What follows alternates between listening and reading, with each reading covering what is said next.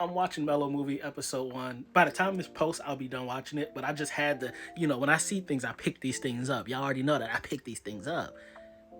This scene, this had to be an accident. They're in the bus, they're filming inside, and as the bus is driving, there's a police car outside.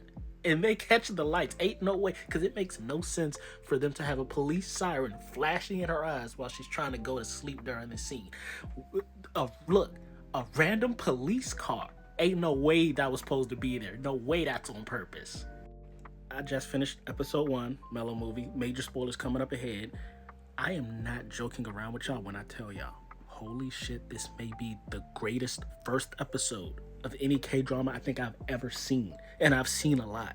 It hit on everything. It introduced us to romance objectives. It placed us into the shoes of both characters, gave us both the flashbacks of the male protagonist and the female protagonist. It gave us angst with the side characters. It gave us a great cliffhanger at the end. Like, y'all don't understand how much I'm already in love with this show, and it's only episode 1. Meet Ko, the male protagonist. His life is all about movies. He grew up watching movies, working in a video rental store. Everything about his life is for the love of movies, and that's what led him to become an actor, because he needs to give his craft to the thing he loves most, or something similar to those lines. He is what we would call the ultimate optimist so far, and that's going to play a factor into the female protagonist. Meet Kim Mubi. I'm gonna call her Mubi because it's a play on her name, which she hates. She hates movies with every fiber of her being because her dad, similar to Ko, was in love with movies to the point where he named his daughter Mubi. Movie, get it? And he gave his life to the movies instead of his family. She wanted to spend time with her dad as a kid, but he was so busy working on sets that he couldn't spend time with her. So she grew up resenting movies, and after she watched one, it was so boring that I guess it led her down almost the same path as her father, but it's more of a path of revenge. By the way, her father is deceased. Don't exactly know what happened to him, but yeah, the father's no longer there. So it feels like she's down this path to reject everything her father did. She's the ultimate pessimist. And that now you see the dynamic between the male protag and the female protag. How's the optimist gonna get with the pessimist? Because he's feeling her, but she don't want no parts of him. By the way, these are Ko's friends. That's gonna play a part towards the end. They've been dating for, I think, what they say, like 7-8 years, something like that. But yeah, she is inspired by him because she thinks he's following his dream of becoming a musician. I think he's BSing. He don't really know what he wants to do. He's just going with the flow right now. And she's trying to follow her dream, but it low-key seems like he's not invested, or that he doesn't really care what she wants to do. He's just living a day-to-day life, not really caring about the future. And again, that'll play a factor in the end of this.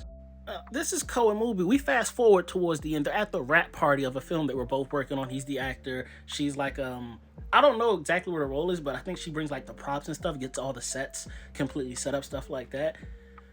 She tells him she doesn't trust people who are just always so happy, like there's nothing wrong with life, because they're always the first people to leave. And she thinks everyone will disappoint me at some time. Again, ultimate pessimist.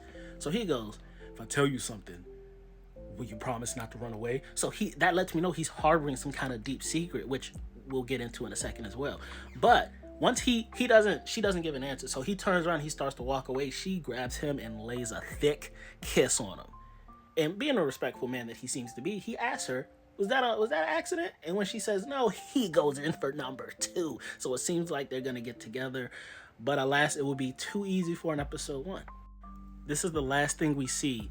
While she's giving like a voiceover narration, she says, after this, Ko disappeared.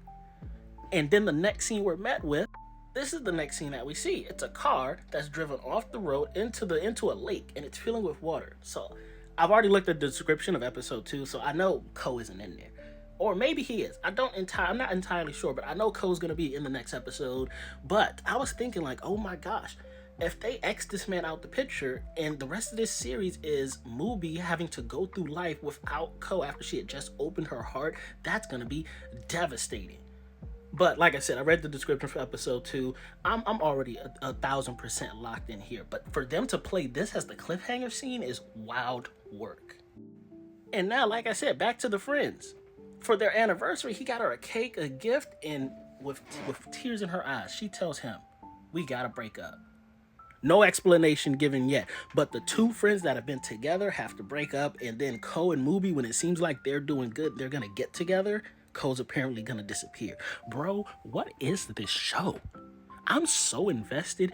Oh my gosh, I needed this. I'm in love with Melo movie. I can't explain to y'all how good this episode was. Y'all gotta go watch episode 1. Check out Melo. Do I recommend stuff to y'all often? I feel like I only recommend things that are like really top tier. Off episode 1, I'm telling y'all, go check this out. Get in on this.